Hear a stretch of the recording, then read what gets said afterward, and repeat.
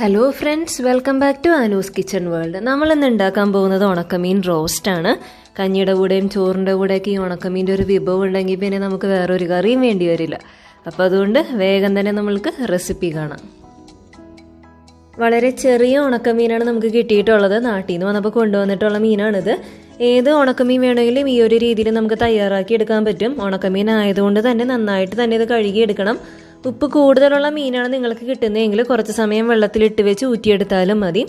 അതുകൂടാതെ തന്നെ 3-4 വെള്ളത്തിൽ ഇതൊന്ന് കഴുകിയെടുക്കണം. അതല്ലാന്നുണ്ടെങ്കിൽ ഊറ്റി മാറ്റുന്ന വെള്ളത്തിൽ കുറച്ച് മണ്ണും അഴുക്കൊക്കെ ഉണ്ടാകും. അതൊക്കെ അടിഞ്ഞുകൂടുന്ന കാണാൻ പറ്റും. അപ്പോൾ 3-4 തവണ കഴുകി നല്ല വൃത്തിയാക്കി എടുത്തിട്ടുള്ള ഉണക്കമീനാണിത്. വളരെ ചെറുതായതുകൊണ്ടാണ് ഞാനിതിൻ്റെ തലയൊന്നും കളയാത്തത്. അതിനുശേഷം ഒരു ചുവട് കനമുള്ള ചീനച്ചട്ടി അടുപ്പത്തേക്ക് വെച്ചിട്ട് നന്നായിട്ടൊന്ന് ചൂടായി വരുമ്പോൾ 2 ടേബിൾ സ്പൂൺ വെളിച്ചെണ്ണ ചേർത്ത് കൊടുക്കുന്നുണ്ട്. വെളിച്ചെണ്ണ ഒന്ന് ചെറുതായിട്ട് ചൂടായി വരുമ്പോഴേക്കും നമ്മൾ നേരത്തെ കഴുകി മാറ്റി വെച്ചിട്ടുള്ള ഉണക്കമീൻ്റെ പകുതി ഭാഗം നമ്മൾക്ക് ഇതിലേക്ക് ചേർത്ത് കൊടുത്ത് നന്നായിട്ടൊന്ന് വറുത്തെടുക്കാം. മീഡിയം ഫ്ലെയിമിലിട്ടിട്ട് വേണം വറുത്തെടുക്കാനായിട്ട്. ഹൈ ഫ്ലെയിമിലൊക്കെ ഇട്ട് കഴിഞ്ഞാൽ വറക്കാതെ വെറുതെ കരിഞ്ഞ് മാത്രമേ നമ്മൾക്ക് ഈ ഉണക്കമീൻ കിട്ടുള്ളൂ. അതിനുശേഷം എനിക്ക് കിട്ടിയിരിക്കുന്ന ഉണക്കമീൻ ഉപ്പില്ലാത്തത് കൊണ്ട് മാത്രം ഞാൻ ഈ സമയത്ത് ചേർത്ത് കൊടുക്കുന്നുണ്ട്. നിങ്ങൾക്ക് കിട്ടുന്ന മീനിൻ്റെ ഉപ്പ് അനുസരിച്ച് ആവശ്യമെങ്കിൽ മാത്രം ഈ സമയത്ത് ഉപ്പ് ചേർത്ത് കൊടുക്കാം. നന്നായി തന്നെ നമ്മളുടെ ഉണക്കമീൻ വറുത്ത് കിട്ടണം. മീൻ നല്ല ക്രിസ്പായി ഒടിഞ്ഞ് കിട്ടുന്നത് വരെ നമുക്ക് വറുത്തെടുക്കണം, അല്ലെങ്കിൽ ടേസ്റ്റ് കുറവായിരിക്കും. ഇപ്പോൾ നന്നായിട്ട് മൊരിഞ്ഞ് വന്നിട്ടുണ്ട്. ഈ സമയത്ത് ഈ മീൻ കോരി മാറ്റിയിട്ട് നമ്മൾക്ക് ബാക്കിയുള്ള മീനും ഇതുപോലെ തന്നെ വറുത്തെടുക്കാം.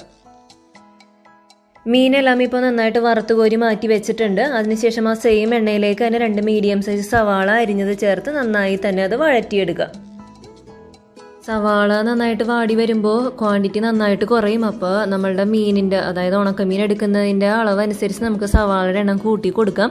അതോടൊപ്പം സവാള വാടിയതും ഇതെല്ലാം കൂടെ മിക്സ് ചെയ്ത് കഴിയുമ്പോൾ ആ സവാള തന്നെ കഴിക്കാനൊരു പ്രത്യേക ടേസ്റ്റാണ്. അപ്പോൾ അതുകൊണ്ട് കൂടുതൽ സവാള ഇട്ടാലും ടേസ്റ്റ് തന്നെ കൂടുതലായിരിക്കും.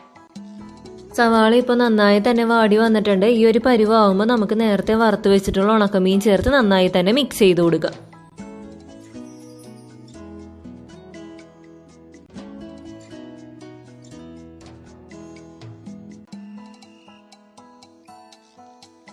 അതിനുശേഷം 2 ടീസ്പൂൺ നല്ല എരിവുള്ള മുളക് പൊടി ചേർത്ത് കൊടുക്കുന്നുണ്ട്. അതിനുശേഷം നന്നായിട്ട് തന്നെ യോജിപ്പിക്കുക.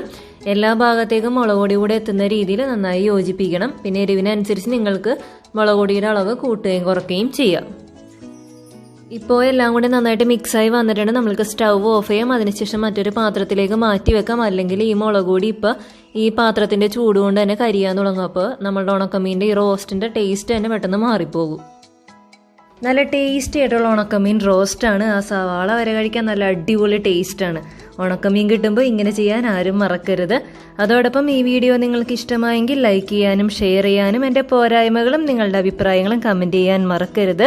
ഇനിയും നിങ്ങൾ എൻ്റെ ചാനൽ സബ്സ്ക്രൈബ് ചെയ്തില്ലെങ്കിൽ വേഗം ചെയ്തോളൂ. Thank you for watching.